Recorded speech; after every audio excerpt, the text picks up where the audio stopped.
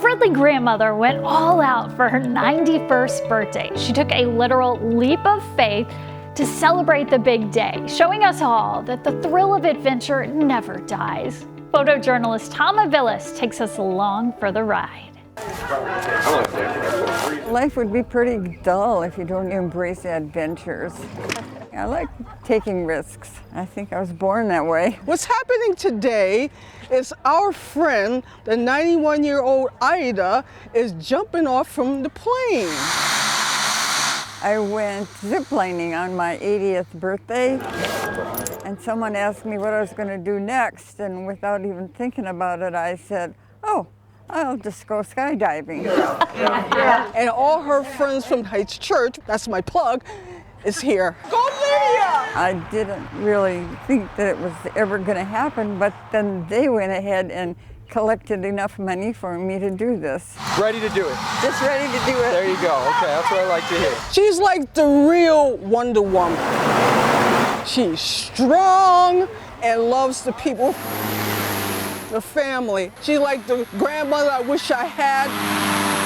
My grandma is super adventurous and she's so caring and loving. I feel like everybody who is around her feels super included and feels super cared for. And, you know, she's somebody who is always going to show up for you no matter what. The first minute or two is going to be kind of scary. She should be in this group. Because you have to wait for the chute to open. But after that, I expect to be able to look down on God's earth and enjoy what God has created. You okay?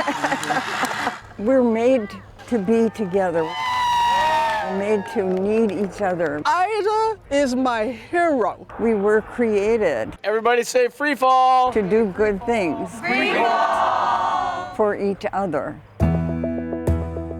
After a 10-year career, MSP's cutest canine called it quits, but not before he got a one-of-a-kind send-off. Evers, the dog, is a Visual Lab mix and is trained to detect bombs on people who are headed throughout the airport.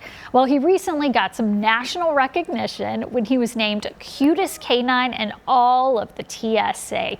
And he did it as the oldest working canine in the agency. WCCO's Adam Duxter shares his send-off that was truly fit for a king. This is Eber's bread and butter. Our biggest threat is explosives coming through, and our canine teams are our best defense against that. Leading longtime handler Gene Carney through MSP, tracking the scent of an explosive. He was born to do this. His ability to search out his trained odors amazes me every day. It's something he's done too many times to count, but on his last day, his reward, enough to send any tail into hyperspeed.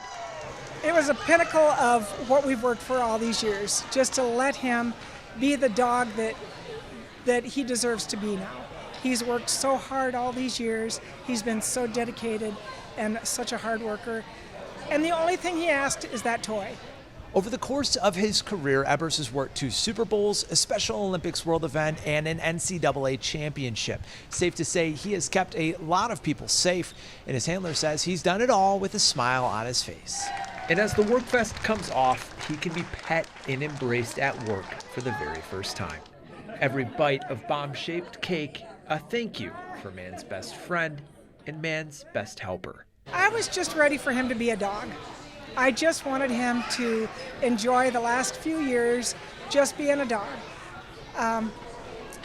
It's inevitable that it was going to come to a point where he was going to start slowing down and going to start maybe not being quite as proficient as he was when he was younger. Didn't want him to go out on a low note. Really, Evers? Adam Duxter, WCCO 4 News. That's our show. We hope that it lifted you up a little bit, maybe even inspired you to do some good. Well, you can see more of these heartwarming stories every week on our Sunday morning show. That's at 7 a.m. on WCCO TV, leading right into CBS Sunday morning.